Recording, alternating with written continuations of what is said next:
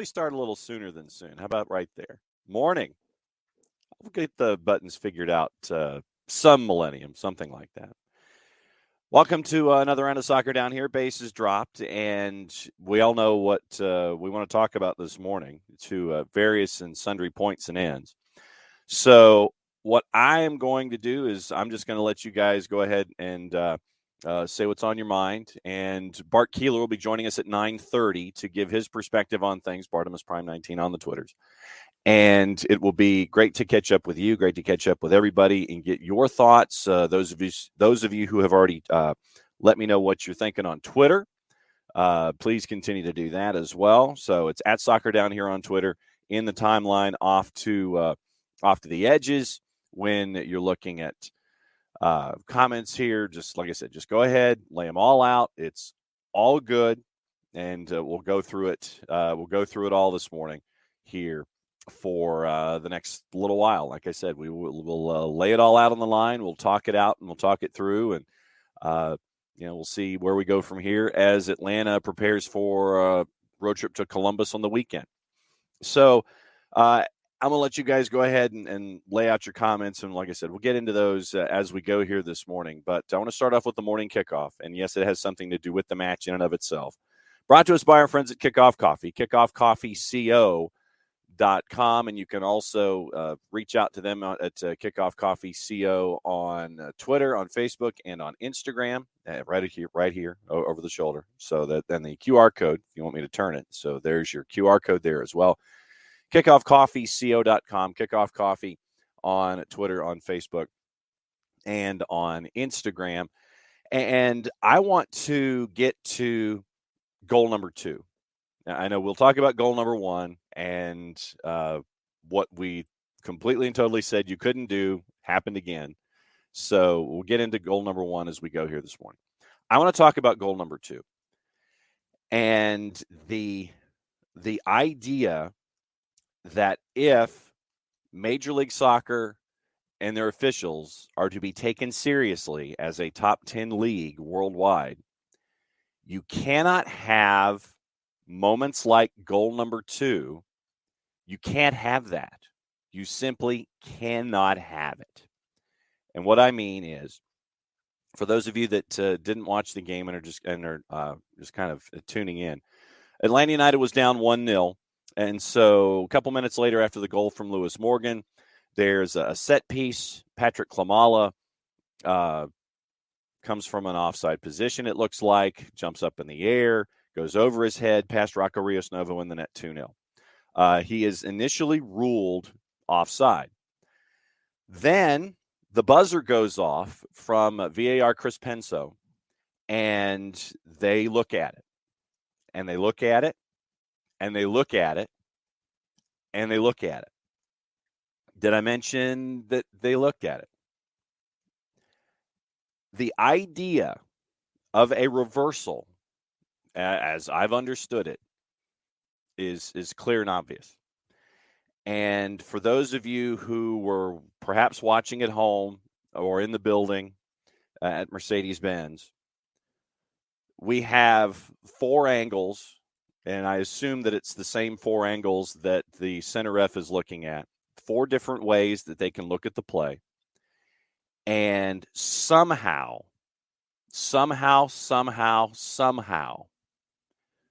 in those 4 angles, it was determined after a handful of minutes, like 3.5 minutes, that one of those 4 angles yielded a clear and obvious error, which led to the reversal of the call and made it 2-0.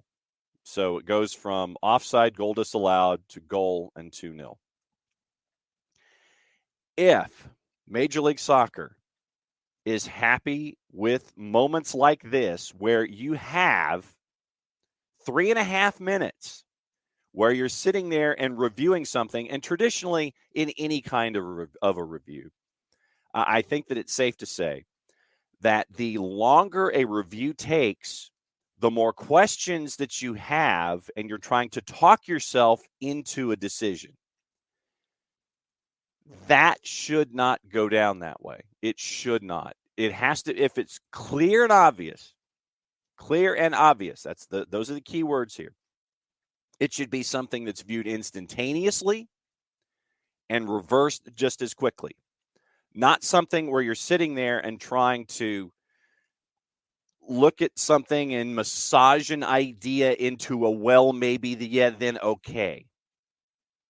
That to me is going to continue to hold, and instances like this, they're going to continue to hold Major League Soccer back when you have pro working their way through an idea and going, well, maybe we should reverse our thought here. No, it doesn't go that way. If the error is clear and obvious, and the only thing close, and like I said, this is close, the angle on the slash of the 4, I think it was the one that was low right, and it really doesn't give you the angle. The one from behind the net can't give it to you. The one at the slash that was closest to you is the closest to give you an idea, but still it's not there on the line where you can sit there and gauge and go, okay, this is something that is either high enough with an angle where I can look at it. It's not right there in line with it. So pro seems happy with what they have right now, and Major League Soccer seems happy with pro. But you can't be taken seriously if you continue to have moments like this. And for those of you who have the Twitter accounts, here's how it was registered by VAR. MLS VAR is MLS Video Review, and this is how they phrase themselves on Twitter. And I would recommend following them just to have another element to follow in these situations for context. 4,814 of you have already followed VAR. So see all video review outcomes from @MLS matches here. All tweets are automatically generated once outcomes are determined. So we go down. The goal not awarded to New York Red Bulls was reviewed for an offside by number 9, Patrick Klimala. After further review, the goal was awarded to New York Red Bulls because there was no offside. That is what MLS Video Review put out on Twitter after the decision was made. I'd like to know, did they have another angle that we didn't? Because if they did, I'd love to see it. From the stuff we got, I don't know where clear and obvious of a reversal came from. I honestly don't. And in the post-match press conference last night, I asked Gonzalo Pineda about the notion of goals changing games. He admitted goals change games. And with this second one, I think that the goals, once again, goals change games. You can extrapolate this out all you want. That goal stays off the board. It's 1-0. Joseph puts the ball in the back of the net at 90 plus 4. It's 1-1. You end up with a point instead of 0. What kind of accountability will Pro have here? Doubtful any. But once again, you continue to have moments like this. And it's across the league. I'm just saying that I'm using this as it happened to Atlanta United last night, but it's not the only place it happens. So I'm not looking at things just in a specific – I'm looking at things in a specific prism, but I'm not looking at it specifically from the Atlanta United elements all the way through. It's not the only time that this has happened. It's not the only time it's happened to other clubs. And last night, apparently, there were other reviews that were questioned by fans across the board. So if Pro is to be taken seriously, if Major League Soccer is to be taken seriously when it comes to their officials, you can't have moments like you had last night because it lends itself to giving more questions than answers. And when you have more questions than answers or more questions than the match itself and enjoying the match for what it is and being the tremendous product what Major League Soccer can be at sometimes, it doesn't make you look good. And there has to be some accountability. Will it come? I doubt it. And that's disappointing and it's sad because you want this league to be shown, especially with the World Cup coming up here in a couple of years. You want this league to be showcased as one of the premier leagues in the world. And when you continue to have moments like this last night with Ted Unkel in the middle and Chris Penso at VAR, who decided after 3.5 minutes of review that something clear and obvious changed their minds, I'd love to know what it was and what the angle was that they saw. Because if those were the 4 angles that they got, then I got questions. It's not the first time, but sadly probably won't be the last. And so, yeah. So that's where things are with me this morning. I know it was more of a philosophical thing this morning when it came to the opening kickoff. But, yeah, that's where we are once again with Major League Soccer and Pro. Once again, a very disappointing element to last night's match with Atlanta United. We'll get into that discussion as a part of everything else that we have here. Once again, Bart Keeler coming up in about 15 minutes. And what I'll do is I'll go back to the top of the order, and we'll basically just kind of run things down as we go, and we'll run them all the way down this morning as we go here. In with Bart, out with Bart, and all those kinds of things. Nico Moreno will be around for his Thursday visit. That'll be on tape later because of the high school football commitments that I have. By the way, blatant promo. Noon Eastern on the GPB Sports Facebook page, Countdown to Kickoff with Hannah Gooden and myself, where we break down everything, getting you ready for week 0. So I guess that's a double version of the opening kickoff, brought to us by our friends at Kickoff Coffee. KickoffCoffeeCO.com. Kickoff Coffee CO on Twitter, Facebook, Instagram, and there's your QR code at Kickoff Coffee. Use the code Soccer Down Here 15. You get 15% off of your purchase for Kickoff Coffee, and they in turn take 10% of the proceeds and turn them toward youth programs. So very, very cool stuff that we're seeing with our friends at Kickoff Coffee. KickoffCoffeeCO.com. All right, so let's get into your comments, and we'll get into obviously everything else that happened in Major League Soccer last night and everything going on this morning overseas with transfers. Cristiano Ronaldo is apparently saying, you will have answers soon. Well, how about answers now? That might not be a bad thing, instead of holding it back to something where you can have an exclusive interview or something like that.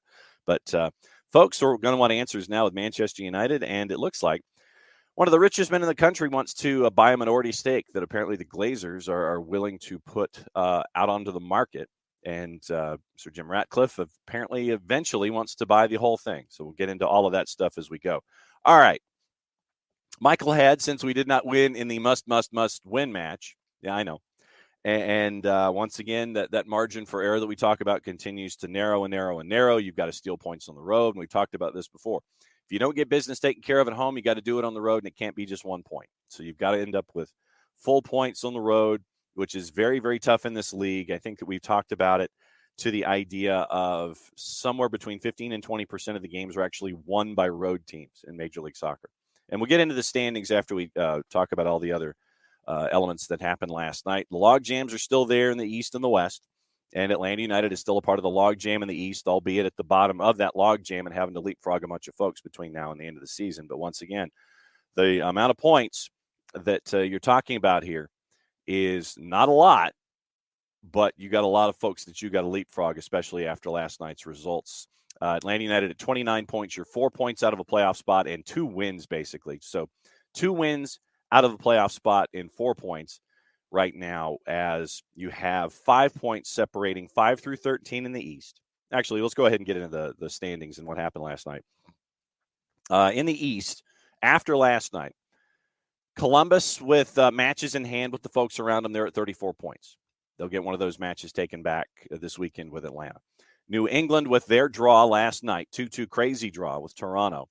Revs are at 34 points, 1 more match played, and same number of wins that they have with Columbus. Orlando City right now, last time out of the blocks, they got a win. They're at 33 points. And they have identical record with Inter Miami at 9-6-10. Better goal difference, -8 to -9, something to keep an eye on as we go forward. The third team at 33 points is FC Cincinnati. FC Cincinnati, 25 matches played, 33 points, 8 wins. Charlotte with the win last night, one of the shocker results. But once again, NYCFC, and we talked about NYCFC, they're not the same team without Tati Castellanos. So they're right now, they've lost 3 in a row. And so Charlotte gets the Duke over NYC. Charlotte's in 10th at 32. Toronto with their draws at 30. Chicago is at 30, 25 matches played. Atlanta's at 29 with 25 matches played. Let's go to the West. The West isn't quite as nuts up top, but it does get crazy with 6 teams separated by 2 points, 6 through 11. LA, 10 wins, 33 points. 2 matches in hand over Vancouver, who got the win last night over Colorado, and so 9 wins, 33 points. Nashville, 8 wins, 33 points. Portland, 7 wins, 33 points. The key for the Galaxy, 2 matches in hand. That gets you to Seattle at 25 matches, 32 points. They've lost 3 of 4. And Colorado with their losses at 31 points. So if you look at the teams in the 30s, let's just look at the teams in 30s across the board in the league. 37 points down to 30 points, and let's go ahead and include Atlanta United at 29. So 18, you have 37 points to 29 points. You have 3, 6, 7, 10, 13, 16 teams in the league from 29 points to 37 points. 16 points out of 28 teams, somewhere from 29 to 37 points. So I think that should tell you where the competition level is right now with Major League Soccer and how everybody is really chasing after everyone else. So Vancouver wins 2-1. Dallas wins 1-0 over Philadelphia at a plus 129. Once again, we talk about how tough it is to win on the road. Charlotte won 3-1. Red Bulls with their win, and Toronto and the Revs with the 2-2 draw at a plus 319. So right now, that's where we are with the standings. Your next matches on the board are Friday Night Football, and that's Galaxy and Sounders. Galaxy are minus 109. Tomorrow on the show, we will have the weekend whip around, patent pending, trademark hopefully coming. We'll talk about all the action on the weekend and get you ready for that. A lot of games to talk through, and it's going to be a very, very busy weekend whip around as we get ready for everything on a weekend. So Abby, yeah, and Sam, pretty much across the board, yes. Not a good game yet. It sucked. Michael, I know that it says, so disappointed in this team, a team that I've spent thousands of dollars supporting.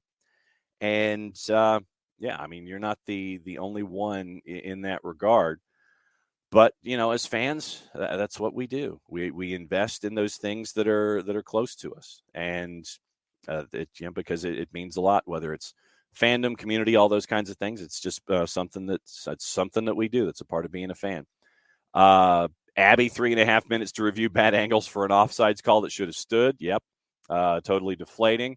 And Michael, yes, as knowing that you are the Auburn grad and the bosses as well, I know where you're coming from with the Auburn perspective on things.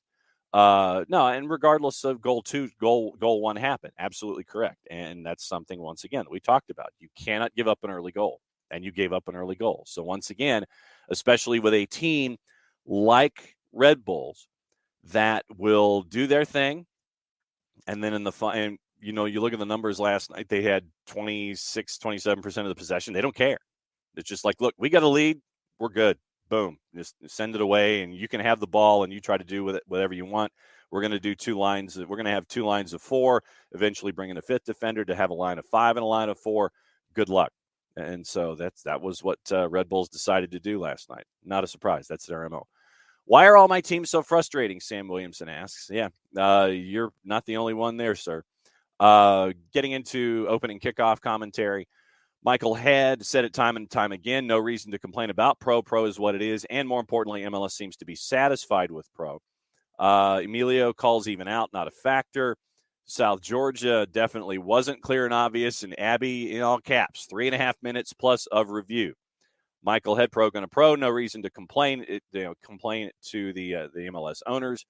Bam, a review should take a minute max, and you'd like to think that a review in these cases will give you, it's like, look, if you're there and you dig it and you know what's going on, then the decision should be real easy. It's like, is it there? Is it not? Yes, no. Bam, you're right on. It should take a minute. Should. But in this case, it didn't. And we saw the end result once again with the goal turning 2. But yeah, there should be some kind of a time limit. Maybe you put a time clock on it. And if something is where, if it's not clear and obvious, then the buzzer goes off and it's like, oh, we couldn't find it, so therefore it has to stand. Maybe you do something like that. I don't know how rational or realistic it is, but at the same time, maybe you put a shot clock on it and see what happens. South Georgia Pro gives us plenty of reason to complain, so we can and will complain. That's what shows like this are for. And, when there are those moments where you can sit there and vent your spleen about it and let folks know what you think. And I think that nothing wrong with letting folks know how you feel. And, I think that the more sometimes the more that you let folks know how you feel, maybe it will register at some point. But I don't think it's going to register until it is a moment that is so important / earth-shattering, if that makes any sense. Then maybe Major League Soccer will sit there and have a thought. But then again, once again, where do you go? Since pro is the professional referees organization, where else do you go? That's it. I mean, pro is pro. That's the only group. And I think that it comes down to the individual officials themselves and some kind of a review process or what have you. But pro is pro. There is no second dealership on the motor mile where you can sit there and it's like, well, if I don't like this car, I can go down to this dealership and get another one. No, right now, pro is pro. That's it. But I think that if there's enough hue and cry, hopefully some folks will take it to heart as things continue to go forward.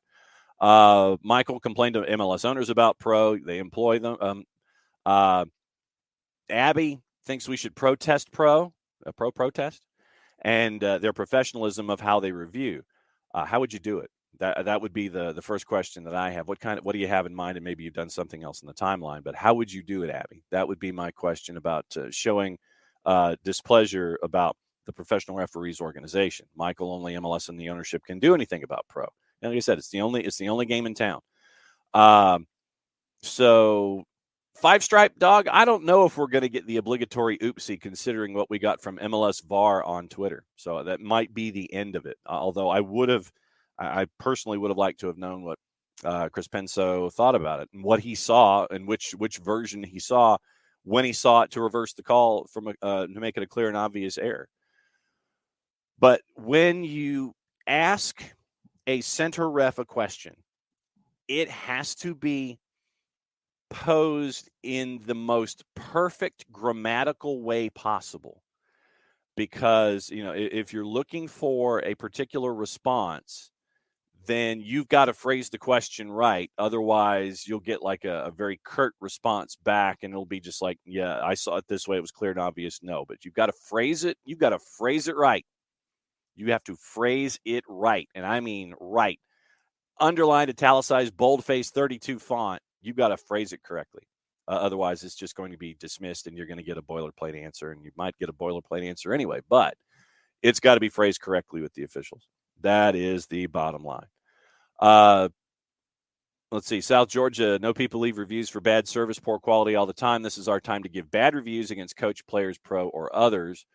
Michael Head knows nothing about pro at USL. I'm sure they do a bad job in that league as well. But I think also, Michael, to your point, I think that what you can also do if you are at the Major League Soccer level, and you saw this at the Premier League level with Mike Dean. Mike Dean retired as an on-field official. And this is what I'd like to see with Major League Soccer is that once you retire from on-field, you go to VAR. And that way your expertise is there and you get to lend your expertise in another way and still contribute to the game. But because Mike Dean was VAR for Chelsea and Spurs and missed the Mark Cucurella hair pull, which was absolutely blatant. And we'll get to Bart Keeler coming up here in just a second, because when I hear a little noise in my ears and I get to see Bart in the Q speaker, I know that's I get that he's hanging out with us. But Mike Dean was in charge of VAR, and he was taken off VAR for next week because of the fact that he missed the Cucurella call where the hair pull was inside the penalty area, which, because he missed it, lent itself to the second corner, which lent itself to the tying goal. So it would have to be something that catastrophic and figure out how to work on it from here. So I will put the bookmark in right there. We might even have Bart as a part of this process too. So, since it is 9:30 and as promised, guess who's here?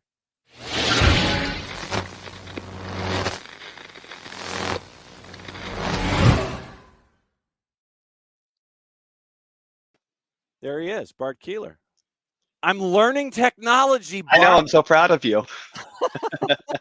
it's like, all right, so which button am I pushing and am I going here and here and here? It's all these sequences and orders and everything. And I'm like, oh, it's like there's 9 seconds on this intro. What am I pushing? What have I forgotten? It's like literally pulling back the curtain behind the scenes on making sure all this stuff works. How you doing, partner? I'm doing well. I have to say, I'm going to brag. It's opening weekend for high school football season. Corky Kell this weekend. I was voted yesterday. That's true. One of my little brothers, they're seniors at Archer High School, and one of them is leading the paint line for Archer High School's Red Zone this year, and that makes me happy as former most spirited at South Gwinnett High School. The tradition continues in the family. It's very nice to see. Nothing like a little Gwinnett County love there for high school football. Yeah, I always remind them Archer was not even a thing when I was in high school, which I don't think they think as an insult much more as it's just telling how old I am now. But well, I could say the same thing about Lakeside DeKalb, and when I was there, it was a national school of excellence. We haven't been a national school of excellence since. Draw your own parallel. But as I sit here and promote the fact that you're on the show, let's see. I'm doing Twitter here. It says you're talking anything he wants to talk about for his hashtag Thursday thoughts, something like that. And of course, I can't spell as I'm trying to type at the same time. Thursday thoughts. There's the hashtag, and there you've been effectively promoted on the Twitters. Okay. I spent most of the first half hour talking about goal number 2, which should not have been a goal in the first place. And obviously, we'll go back and talk about goal number 1 and everything else that happened. But it was more the philosophical element of goal number 2 and how, once again, Pro spent entirely too much time on an item that was initially registered as offside, goal disallowed. Then Chris Penso vibrates the watch or sends the signal down to Ted Uncle. Hey, go look at this. 3.5 minutes go by on Abby's timer, and 3.5 minutes it takes for them to reverse a call. Mm-hmm. That to me does not sound like clear and obvious. If you're spending 3.5 minutes trying to break something down, like the magic loogie in Seinfeld, Yeah. So let's walk through the decisions a little bit, because this is, I think, a philosophical question for referees when we're talking about what is and isn't an advantage, gaining advantage from being in an offside position, right? So the initial goal is scored. The player, Colina, was in an offside position when Tolkien kicked the ball. That is, I think, at least from every angle that I've seen, a very clear ruling that he was in an offside position. Right. The question now becomes, did he gain an advantage from being in an offside position? The initial call on the field was even delayed a little bit too. I don't know if Ted Uncle thought, how dare you tell me that I was wrong, because he has that about him to his AR. But it did take a while for Ted Uncle to look at the AR. It looked like he was questioning if it was even, the AR had the right call on the field. And that to me does kind of lend itself to the referee crew didn't seem to quite all agree on whether or not Colina impeded, impacted, obstructed, whatever, somehow the goal being scored. From my personal experiences and from what my personal knowledge is of the application of Law 11 offside, the end result was the correct result. Now, as a person who has played this game and who has refereed a long time as well, I think that we kind of forget that a player in an offside position like that who comes back onside to try to head a ball, clearly tries to head a ball, like clearly makes a play to head the ball, absolutely impacts whatever happens behind him. Obviously Rocco Rios Novo had to take that into account when he was going to save the ball. I mean, he couldn't start his movement toward that corner until it cleared Colina's head. So I think in those instances, the fact that it was called offside on the field, you have to trust the judgment of that assistant referee that this did impact play. Now, the question here for me becomes, and this is where we get into this, again, philosophical discussion of what does it mean to become involved in active play. Right. a lot of referees say you have to touch the ball. And I vehemently disagree with that. That's, for me, philosophically, being involved in active play does not mean you touch the ball. And I think that was the question that they were trying to go for here was, okay, did he touch the ball? Okay, well, he didn't. So once you say, oh, he didn't touch the ball, now we are getting to the questions of, well, did he really impact the play behind him? Did he gain an advantage from being in an offside position? And taking all of that into account based on what IFAB and US Soccer have relayed to me through my 12 years of refereeing experience, Right. I think they ended up with the right call. But I still think that's not consistent with the spirit of the game, and especially not consistent with the call that was made on the field initially, where it is very clear that Kalina was in an offside position, to me anyway, came back onside to make a play on a cross, a shot cross, whatever you want to call it. Yeah, right. And but therefore, to me, gained an advantage by being in an offside position, especially because if I'm a defender, I've held my line and he's behind me. And if I'm Rocco Rios Novo, I'm trying to line up a way to save. Yes. And if Klimala is in an offside position to start, comes back onside, and then hops up in the air and is basically screening me from making my initial play, it's like, okay, I've lined this up. I see where I think I know where it's coming from. And then Klimala goes up, restricts, it's like he blocks out the sun. And then until the ball has cleared him, then I have to make a response. And then by then it's too late. Yeah. So by definition, he's impacted the play because I can't do anything until it passes over him. Yep. And so for me personally, I think that the initial call on the field was correct. And we've seen this happen before. This was a slightly different circumstance where a player came back into an onside position when he made the action on the ball. But I think that the initial call on the field for me was correct, or at least was good enough that it wasn't clear and obvious that it was wrong. And so that's the problem. However, that doesn't take away the fact that Atlanta United again concedes on a corner kick and again squanders an opportunity in a quote must win or incredibly important game, and again loses a game at home. And despite what you want to talk about Joseph getting that goal at the final minute, it looked utterly incapable of scoring throughout the regulation 90 minutes. When you look at, and I know once again, we talked about what you can't do, and Atlanta United had it happen again with giving up a goal early. We do a lot of things you can't do. Yeah, I know. I mean, I'm going to state my thesis right now. We're not a very good soccer team. Okay. That's just we may have a lot of really good players. Clearly, we spent a lot of money on players. I'm looking at our salary right now, our market value right now. We're $14 million more expensive than any other team in the league, and that one's at Toronto, which has Insigne on their roster. And Criscito and Bernadeschi and all of those AM signings. Yeah. We're not a good soccer team. So then so when you're not good, you can't have mistakes like that. Right. True. And so then let me ask you this. Adding in the context of 20 injuries on a 37 player availability this season and multiple players being injured more than once. When it comes to the relationships of these individuals and practice, it's different than game state.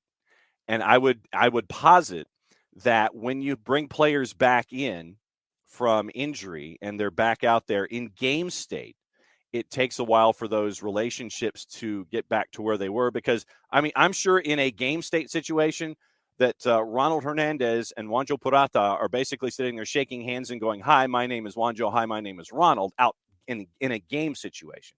They're still trying to figure out how things are. Unfortunately, you're in a situation where you're chasing points and you're chasing positions. And it's that double-edged idea of like, okay, we're getting folks healthy, but at the same time, your schedule's compressing and the margin for error is compressing and all of these other things that you can't afford to have happen are happening because mercifully you're getting folks healthy. It's a double-edged sword here, I feel at times. So you're not wrong about relationships and partnerships on the field. However, these guys have been playing soccer for a very long time and most of them playing at a professional level for quite some time. And it's not like there's that great of a difference between general structures of play. And to me, that's the issue that we have right now with this team. And I'm going to go in on Pineda a little bit here.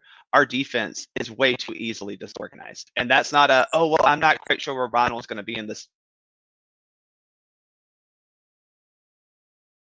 Something that when you're talking about the system you're playing in, you should know where your player is. Now, that may be a problem of, Ronald hasn't had as much training, but Homeboy's been in this system under Pineda for a year and a half now.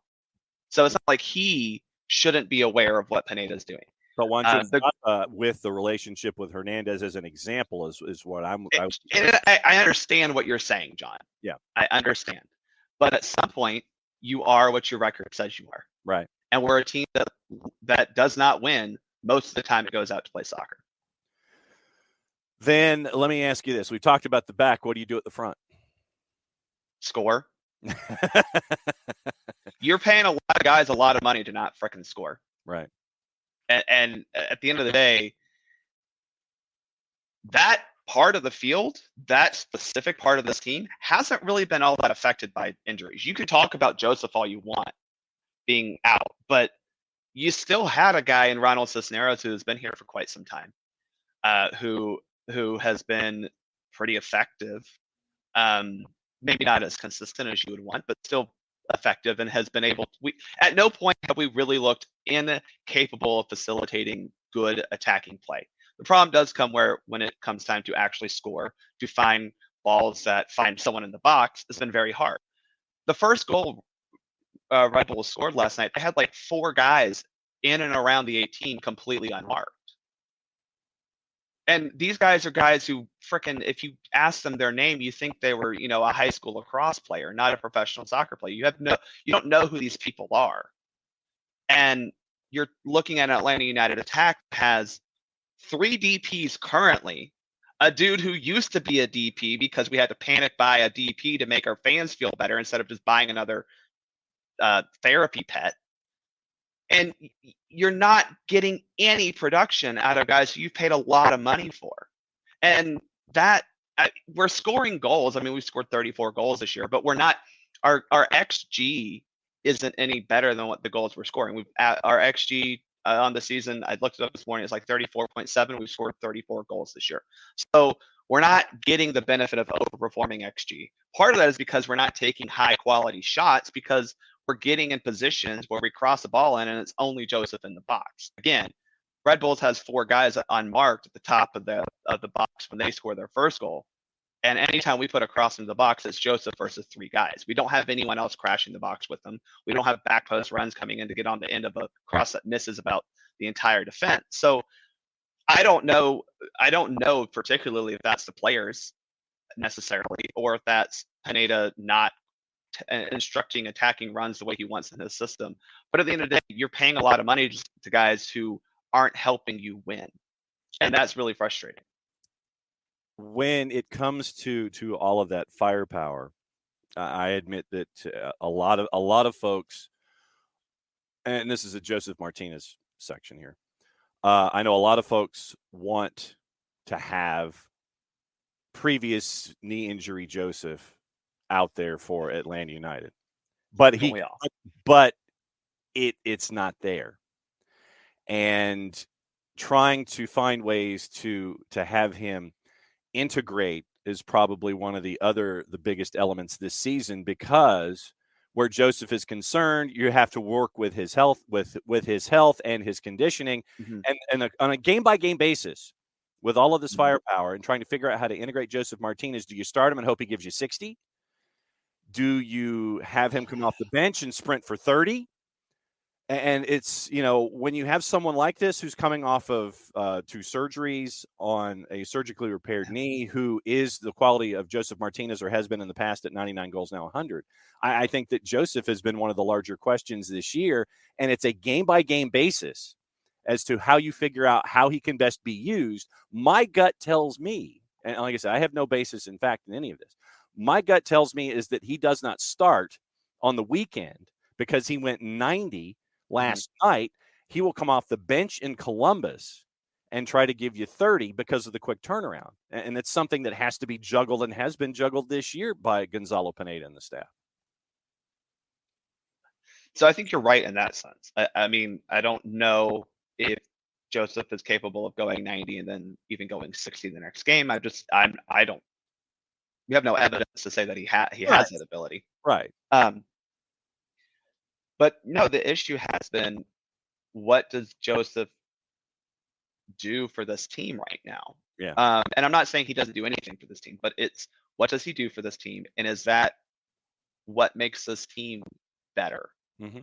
Because he has transitioned into much more of a hold up connector type guy, and that's fine. Like, that is he has been pretty decent at that. You know, I think he could stop the dummies and crossovers a little bit.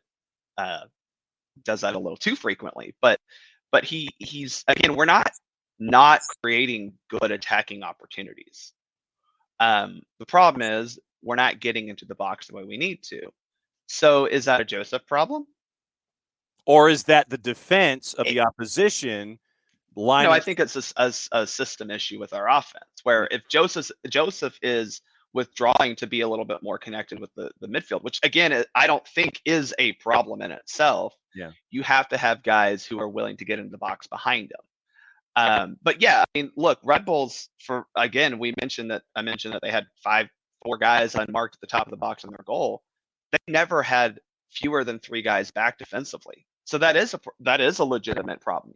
Joseph's not going to beat 3 guys. He's not going to beat 3 Red Bull defenders who, are sitting back there ready to pounce on any touch he makes or any pass he makes. So yeah, defensively, teams are, especially after you've given up 2 early goals, they're able to kind of sit back and not risk the players going forward. Right. But again, this isn't like, oh my gosh, we've got 2 goals scored. No, you created the situation that you're in. Mm-hmm. So why are we talking about all these excuses and states of games when you're the ones who keep creating the game state that you're in? Yeah. Because we dominated for the first 10 minutes. We really did. That is true. But we didn't get a goal. Right. And, and when I know a lot of folks look at statistics, but Red Bulls want nothing to do with the ball. They think the ball has cooties, basically. And the Red Bulls are like, don't want it. You can have it, and we'll just sit and defend. And they went from 2 lines of 4 to a line of 5 and a line of 4 when they were up 2 in the second half, and they were just like, "All right, see ya. Well, you can work the rest of it, and work your way, from your end all the way. You can expend all the energy. We've got a 2-goal advantage. Knock yourself out, have fun." It played into their hands, but once again, it went to that giving up of the early goal, something that you cannot do, and they did it again. This has been my frustration with this team all year, is that we give up easy goals. Yeah. So again, looking back at the XG in game, we know is not a great indicator of like how the game actually played out. But XG across the season is a pretty good indicator of how you're performing. And our expected goals against, 34.8. Right. So that's about dead even as our expected goals for. So in theory, we're doing okay. But we've actually given up 38. So we're giving up 4. That doesn't sound like a whole lot, but that's 4 goals across, what are we at? 24, 23 games this season? Efforting. Yeah. 20, I think it's 23, 24 games. Hang on. That does 25. indicate 25 games. That does indicate that we are giving up goals that we shouldn't be giving up. Now, the second goal last night, I think, is one of those it happened types of goals, right? Like, I mean, whether or not he was onside or offside is one thing, but that type of goal is an unfortunate series of events that compiles the fact that we still don't know how to defend set pieces all that well. But to my larger philosophical point this morning, it is an unfortunate series of events, regardless of we're talking Atlanta United. Yeah. It is an unfortunate series of events that continues to happen where pro is concerned, and that's concerning for Major League Soccer. And not that I know that pro really, cares about what happens, and they'll give an oopsie and a news dump. Right. But to me, like I said, I understood, and I think we've all stipulated and agreed that the first goal should not have happened. That's why I put the first goal to the side as evidence, as facts and evidence, and went to the philosophical issue of the second goal, because if that does not exist, which it should not, and it is a philosophical problem that I think we all have with pro, and they should have themselves, but they don't. The Joseph goal at 90 plus 4 yields a point versus none. Does it? I think we can, if we extrapolate the information with facts and evidence, goal comes off the board.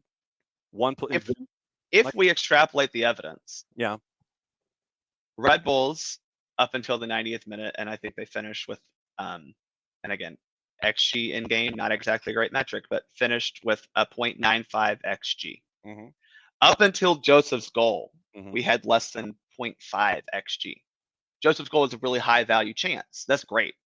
But that was clearly the only one we had got all match. Red Bulls were creating a lot of shots up to that point. They were getting more shots inside the box than we were. So to your point, I understand what you're saying. Yes, that goal may not happen, but we also have no evidence to the contrary that we wouldn't have already conceded a second goal had Red Bulls continued on the path of trying to find a second goal. Because after that second goal, they were very much more happy to just sit back. Yeah. Obviously, we would be too. But I don't think there's any evidence to show that we wouldn't have, that we, Atlanta United, would not have conceded another goal because, now maybe we would have gotten a goal. I don't know, because obviously these are things we don't have evidence for, but we can only look at what we had. And it wasn't like we were getting a lot of high quality chances or shots in and around the goal area. Up until Joseph's goal. Right. We got one, Joseph converted. Thank God. So one positive from last night is Joseph got 100. Actually, there are multiple positives last night. The dumplings from Soko Me were good. Okay. Joseph got goal 100, and we get $1 off Moe's today. So I was going to say, what were your positives last night? And you named your 3. Okay. The dumplings are good. Okay. When you look at Columbus, since I'm not going to have you as a part of the weekend whip around with Jarrett tomorrow, as looking ahead to Columbus, what are you looking at in this one? Obviously, the drawing cards for Columbus are Cucho and Lucas Celarayan. Yeah, so I think that to me is going to be an issue. Again, I mentioned that our defense is very easily disorganized, and Cucho and Zelarayan are guys who can very easily organize a defense, both by themselves on the ball or passing or movement off the ball, and that does concern me.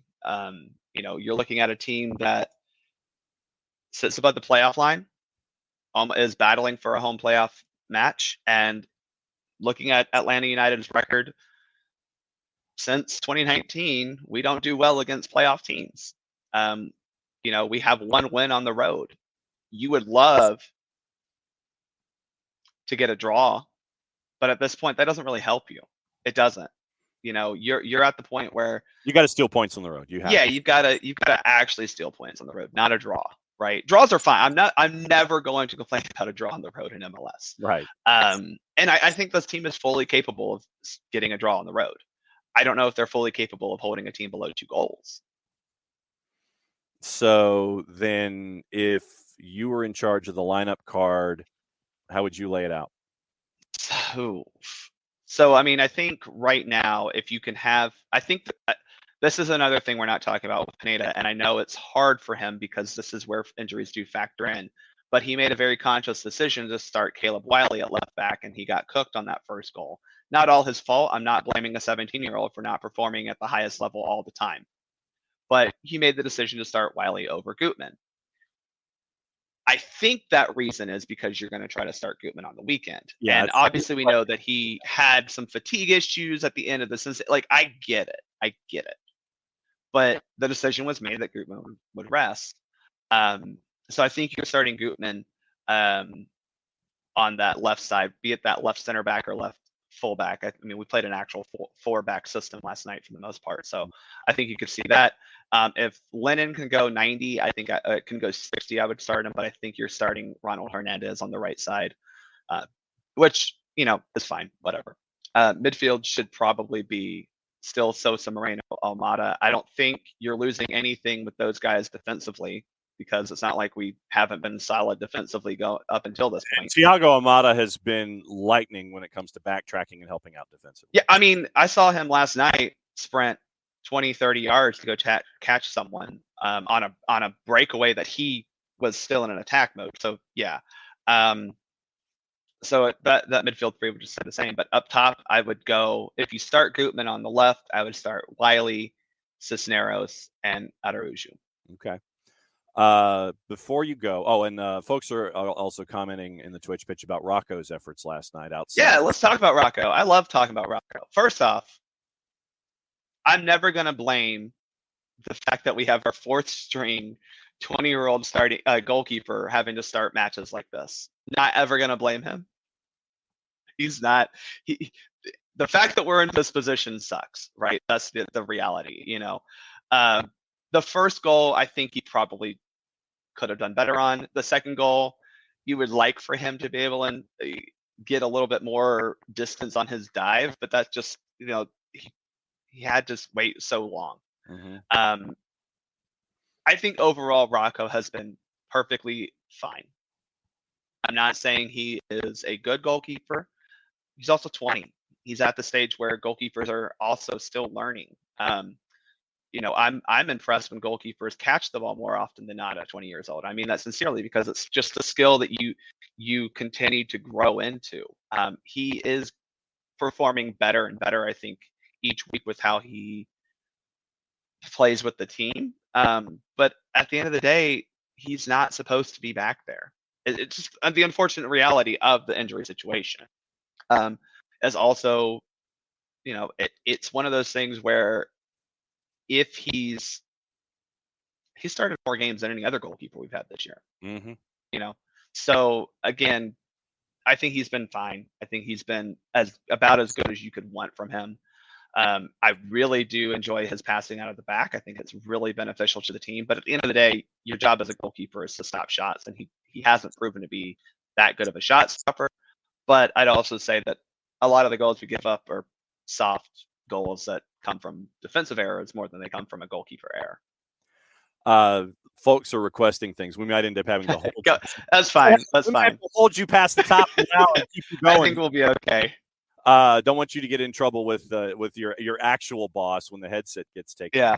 So let me know when you turn into a pumpkin if we really get into stoppage time here. Turner wants to know what you think about the USWNT U20. Yeah. I think it's no. I mean, like, I think it sucks that we didn't get out of the group, but we also got stuck in the group with Netherlands and Japan, that are very, very good women's programs. Like, just very good. Japan won the dang thing last time around. They're a very good team. Clearly, they beat us 3-1 last night. I think the problem for me was defensively. This team had some issues, and I do think defensively that those issues come from really just a little bit lack of inexperience and a lack of continuity. The coach, I cannot think of her name right now, I'm sorry, but she rotated a lot during the tournament, and that seems to be a theme with U.S. teams, is we like to rotate in these tournaments when we have, you know, and they weren't necessarily jam-packed games. The last game we played was Sunday, so it's not like it was, you know, a 2-day break like a lot of youth tournaments, but it's disappointing. I don't know if it is any cause for alarm bells necessarily. The U.S. women have done okay at these tournaments, but not recently. And I think that's just more a product of the fact that our development system for the U.S. Doesn't really produce good players until after the age of 23. And I mean that because most of our women players don't come up through professional academies like a lot of European players do. So the first time that they're really getting high level expected results training is at the college level, which is a very great development process for women's game in this country. You know, so when you look at Olivia Moultrie and Michelle Cooper, they're going to be good players, I think, especially Cooper. She's fantastic. I don't think that this particular tournament is a bad, like, it's concerning because we didn't get out of the group, sure.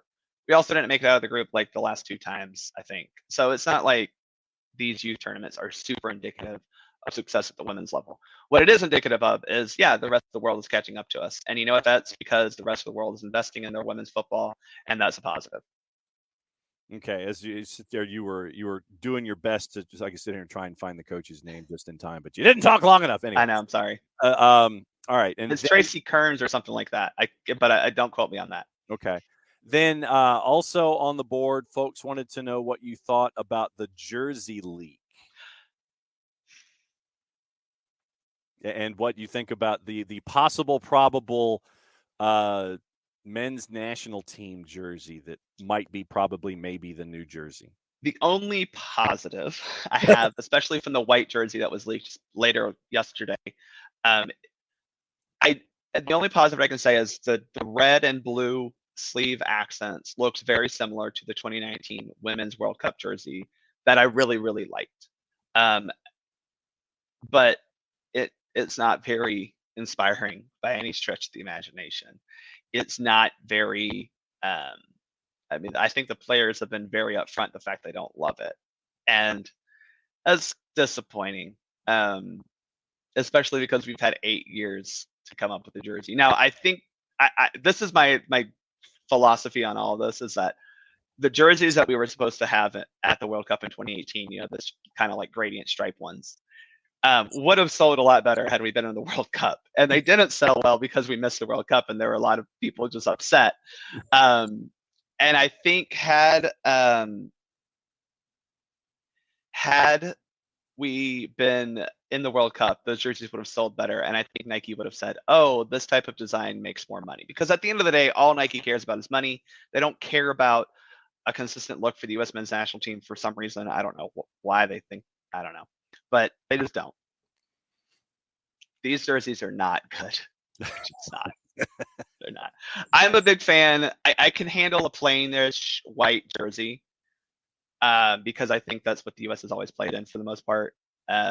But if the rumored blue bleach stain jersey is what it is, it's going to be bad. Bring back the denims. That's all I want to say. I tell you, for me personally, I'm a big fan, and Nike's done it a couple times in recent memory of red and blue stripes on a jersey. I think you look at the 2017 Gold Cup kits and the away kits we currently wear with the red and blue. I know it may not be the most is a little clashy with the eye, but it definitely looks American.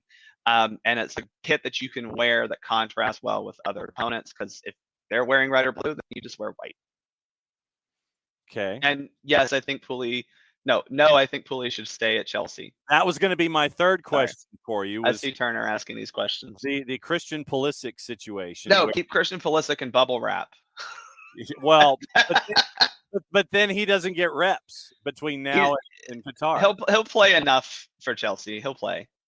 Just okay. It's fine. I mean, hey, look, if he's only playing 10 to 12 minutes every game, I'm okay with that. It's less chance of injury. I don't think Pulisic should go to Manchester United when, for me personally, I think if I'm Christian, I ride it out with Chelsea where I am. Okay. Hope you have a really good bet on yourself to have a good World Cup, and that increases your value and your desire going into the winter transfer window. And maybe teams say, oh, well, we need a player like this on our team. I don't think Manchester United is the place for Christian Pulisic to go. Now, on the flip side, I think maybe Serginho Dest to Manchester United makes a little bit more sense, because he's just not playing at Barcelona at all. Does anybody to Manchester United make any sense right now? The only one that legitimately I don't think makes the only one that I'm not mad at is Serginho Dest to Barcelona, because Erik ten Hag, there's the Ajax connection, and I think that would be better than being at a place where no one wants you. Because Barcelona is not a good club right now. Chelsea is at least a club that, in theory, is in a better place than Barcelona and Manchester United. Man U and Barcelona are very similar. Okay. But that's the only one I can think of. But I would rather Dest go to other places than Man U, but that seems to be one that's linked with them. So if that gets him out of Barcelona, then fine. And if you're at Chelsea, make sure that you look Tommy Tuchel right in the eyes when you go with the handshake. Otherwise, it goes with the death grip on the handshake pass. Yeah. I've got news for you, Tuchel. I like Antonio Conte in that matchup. Sorry. Yeah. That's got to be some dirty fighting there. I mean, because Conte knows how to handle himself out there on the pitch. Yeah. Especially when the officials ain't looking. When the refs ain't looking, you know how to get in a shot here or there. I would go with Conte hands down with the with as Nick Leafy says, the raccoon stapled to his head. I would still Yes. go Yeah. I would never bet against Antonio Conte in a matchup of physical skill. Yep. What else is going on in the Bartimus Prime world these days? I'm refereeing soccer a lot.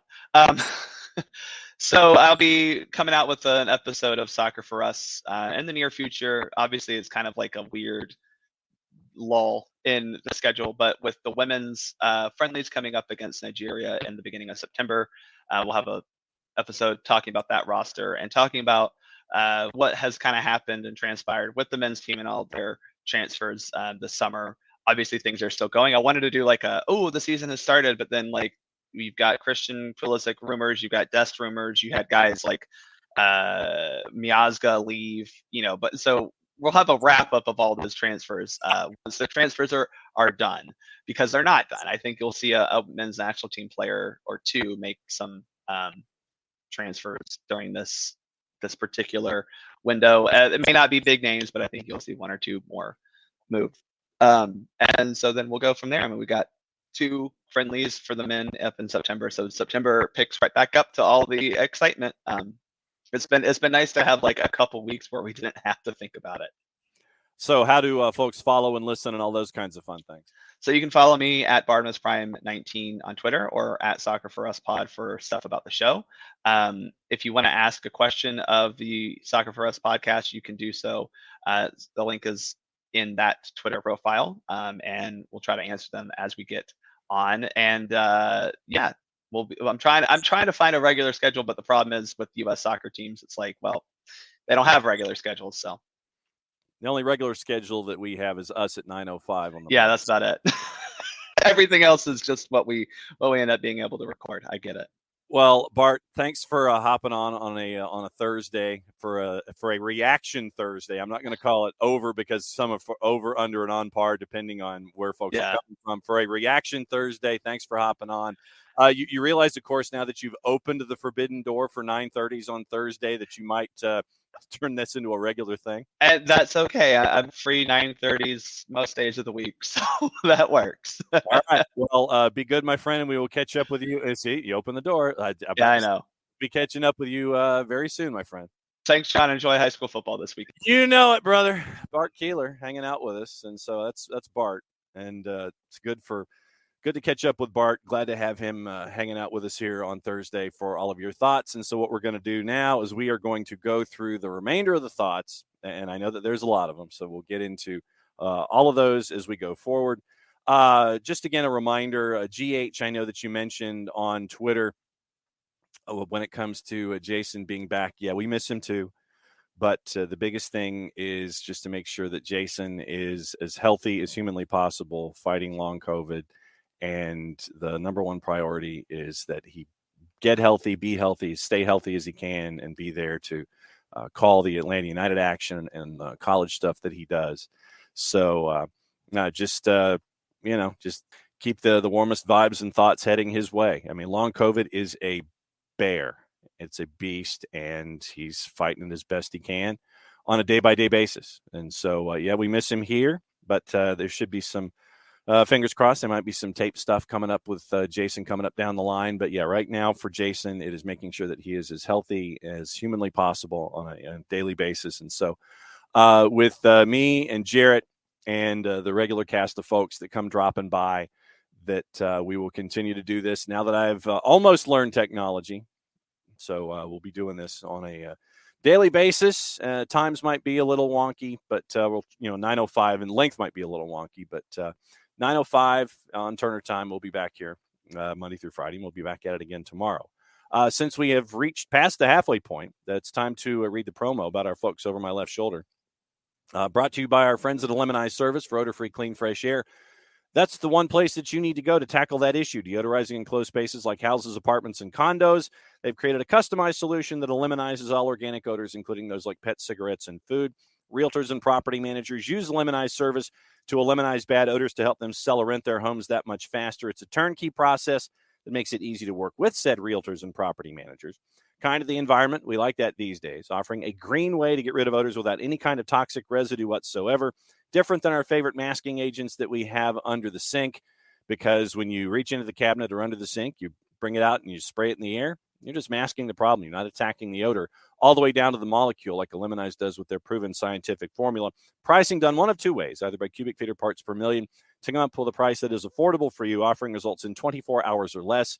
If you have any questions, frequently asked or otherwise, one place you need to go, it's their website, eliminize.com. For those of you watching on Twitch, over my left shoulder, eliminize.com, but add the /Atlanta after that so they know what part of the world that you are asking the question from, so you can get help from our friends at Eliminize. So eliminize.com /Atlanta, ELIMINIZE.com /Atlanta, eliminize.com /Atlanta for odor-free, clean, fresh air.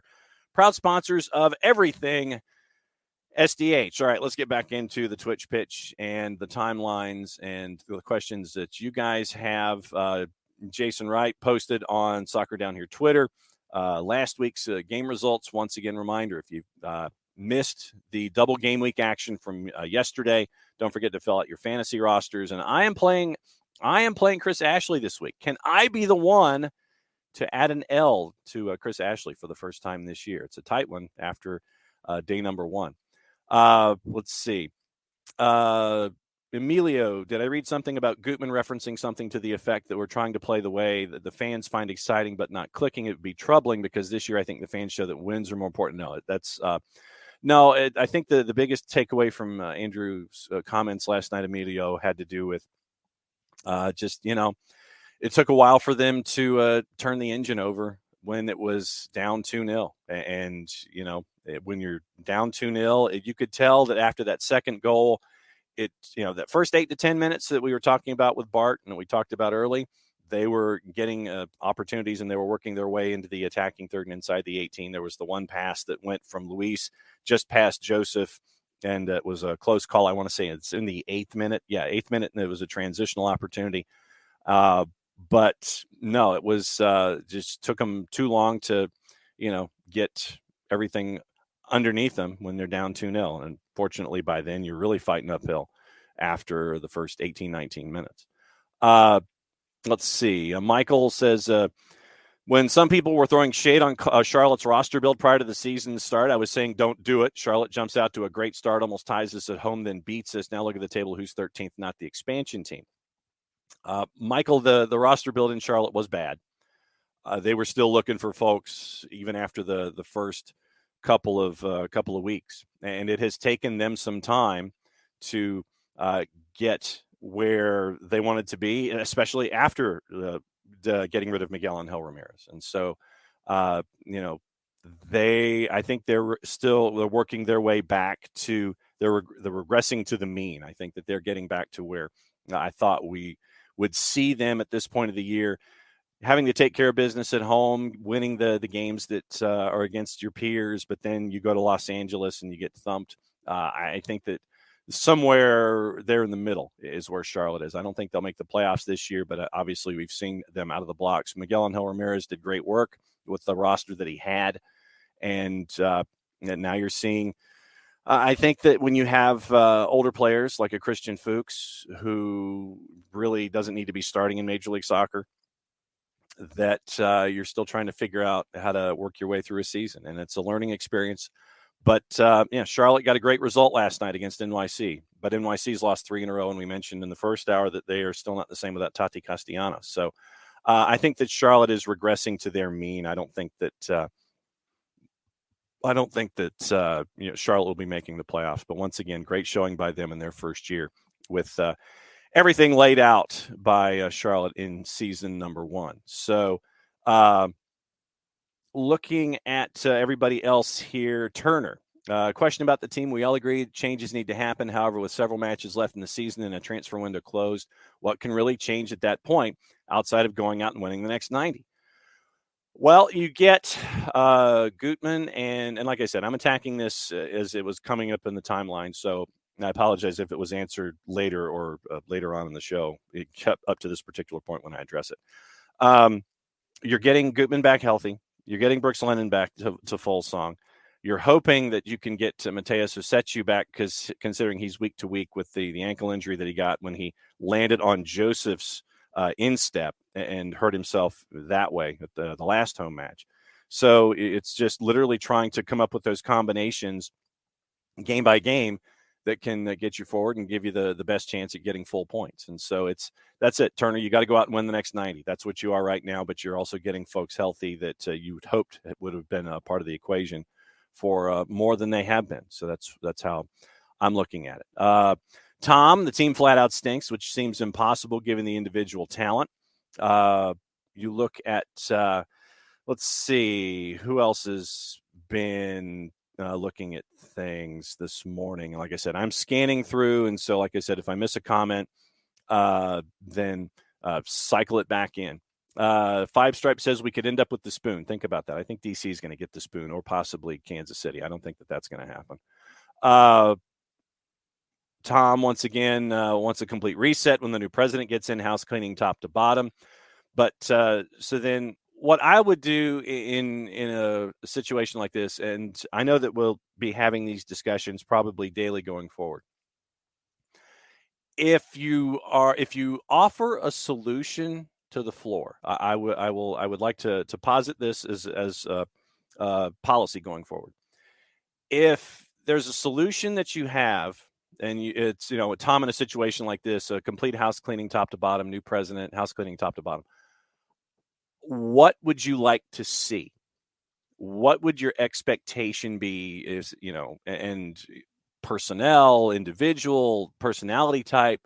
That's what I would like to see. If you have something like that as an idea, what would you like to see, and follow that information in behind it, so we can continue to have these kinds of discussions going forward. So if you're looking for a complete reset, what kind of a president are you looking for?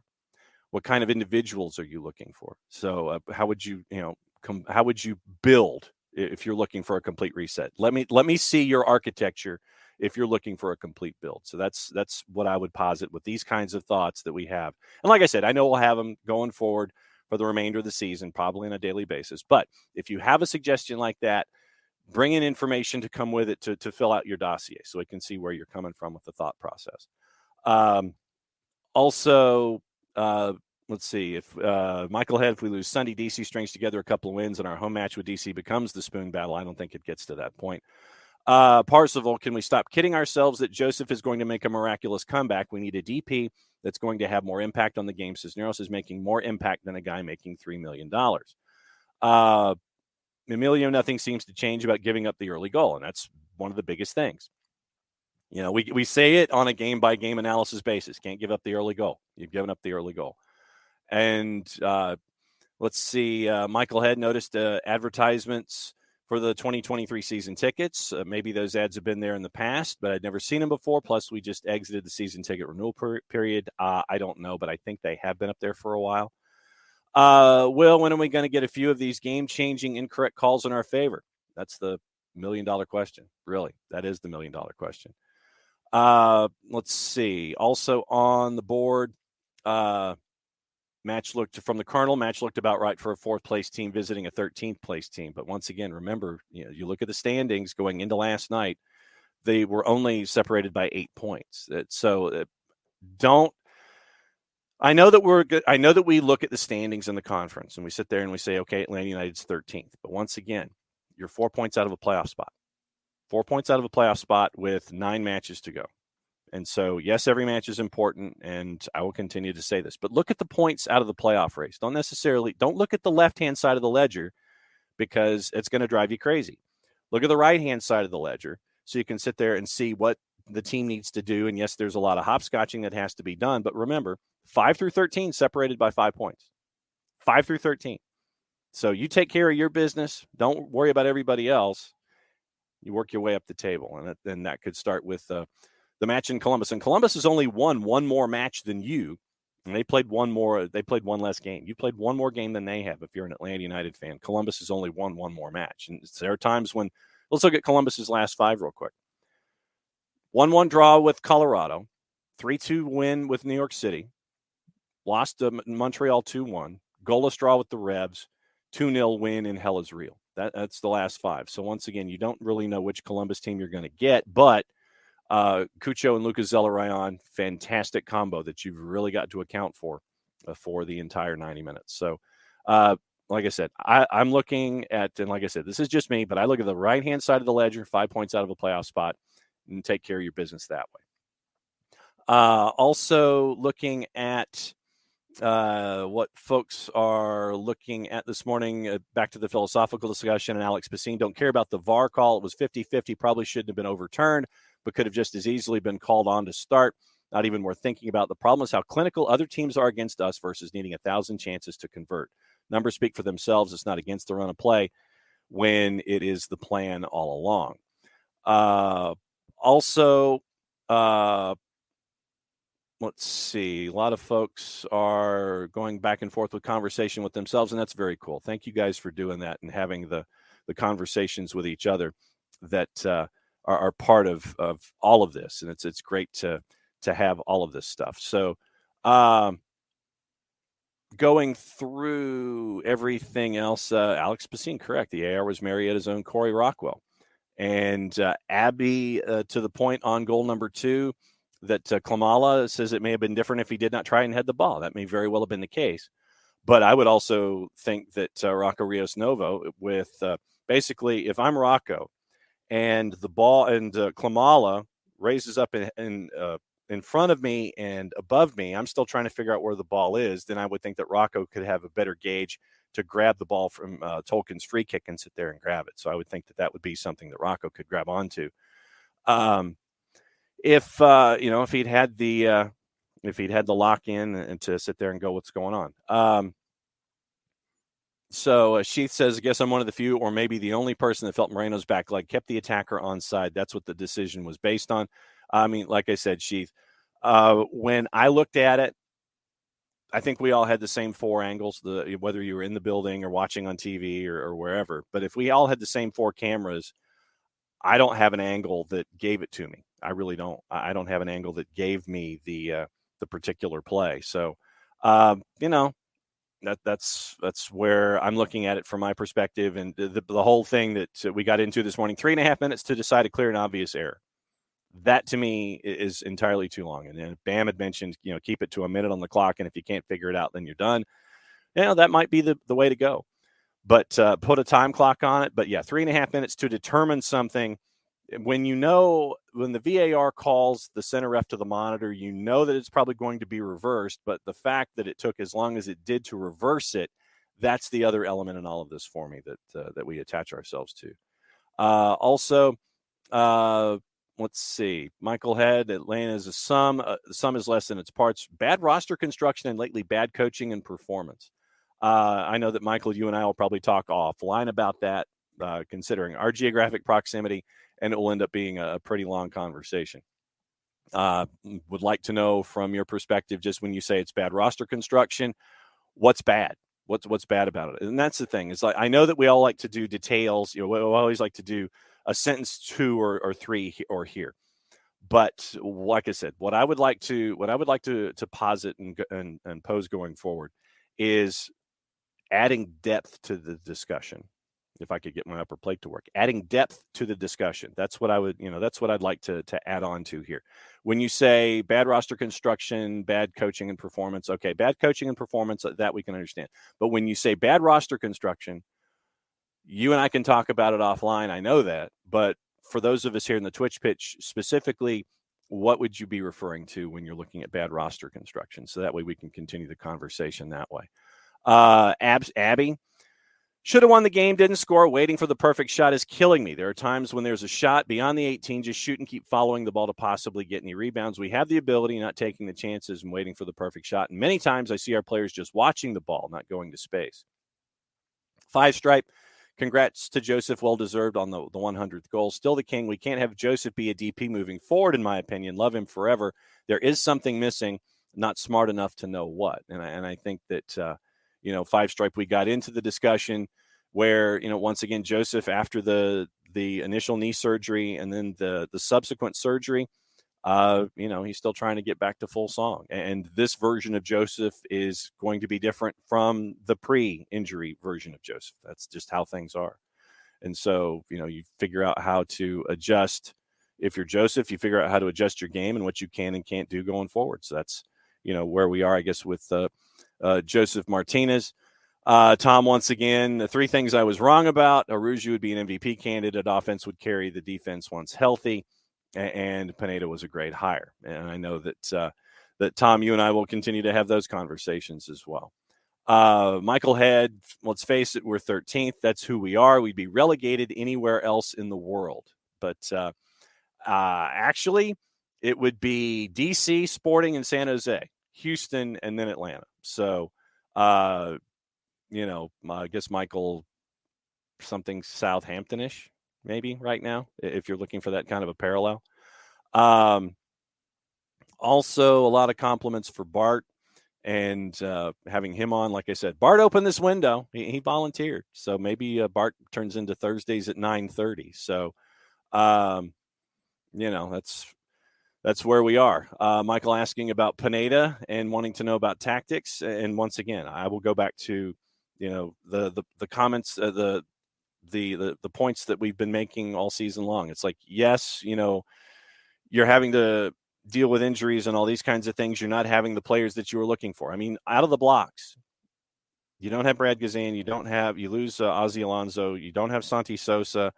And, that spine disappears and you've got to figure out what to do. Then you lose Andrew Gutman. You're bringing in Caleb Wiley. You lose Brooks Lennon. You're having to work in Aiden McFadden. And so it's levels of experience that are being paired with what you're trying to do. And you're trying to do this as well as you can with all of these moving parts and skill sets and things like that. And so it's been a challenge for Pineda and the coaching staff this season to get results and to have, starting 11s and 18s, where you're not, having to call up Atlanta United 2 and Jack Collison day or two before a match and bring folks up and have them as a part of the roster. So, like I said, Michael, you and I are probably going to have a very long discussion offline about all this stuff. Abby on Santi Sosa. Santi works his ass off and the players in front of him not producing.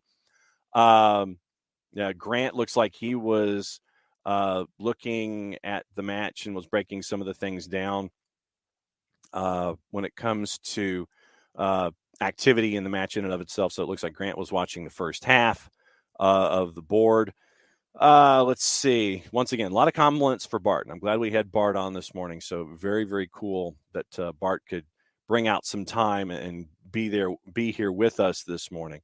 And, Alex, I know that game state would be different. You don't know if Joseph scores if the situation is different.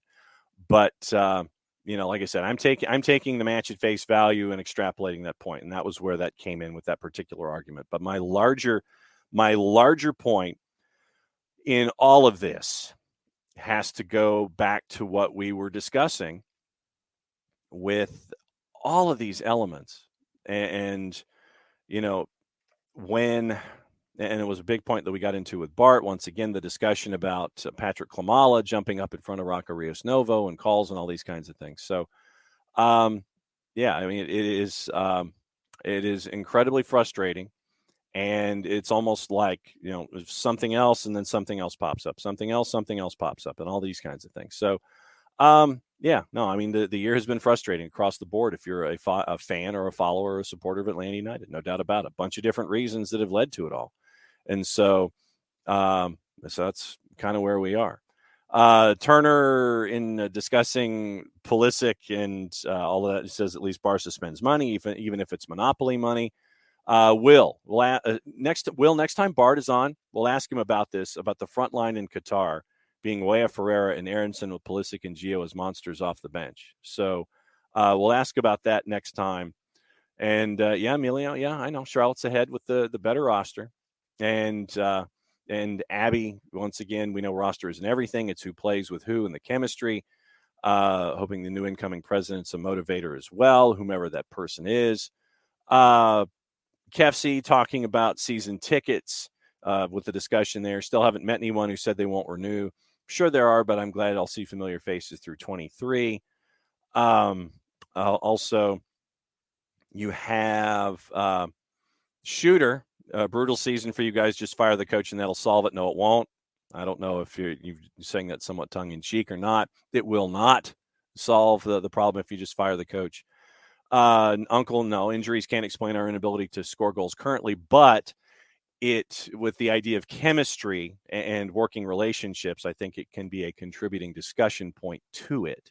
Because if, you don't have the guys up front and they're not, working together, it's all about that rhythm and all about, trying to figure out, okay, if the innate ability of understanding where someone's going to be and not having to think about it. And I think a lot of times you look at what Atlanta United is trying to do offensively, and it's almost like they're thinking too much, and you can see them thinking instead of just doing. And I think that's part of it. But I know that they've had plenty of time to build chemistry, but once again, it's with players who are in and out and all these kinds of things. Yeah, you can build chemistry, but once again, consistency of play and consistency of players, I think, helps build chemistry just as much, if not more. So that's where I was going with all of that. So you had to bring in a Ronaldo Cisneros to help you out because of the injuries up top. You had to bring in a Juanjo Purata to help you out at the back. And you have a front office that's still trying to figure out, with all of these absences, who we can bring in with the roster, with the cap constraints and the league financial constraints that we have. And you're trying to create chemistry on the fly. And it's an incredibly difficult thing to do. Next season, according to, Emilio, yeah, we won't have Guzan and Miles to start, but at least they will be closer, and you will have had seasons.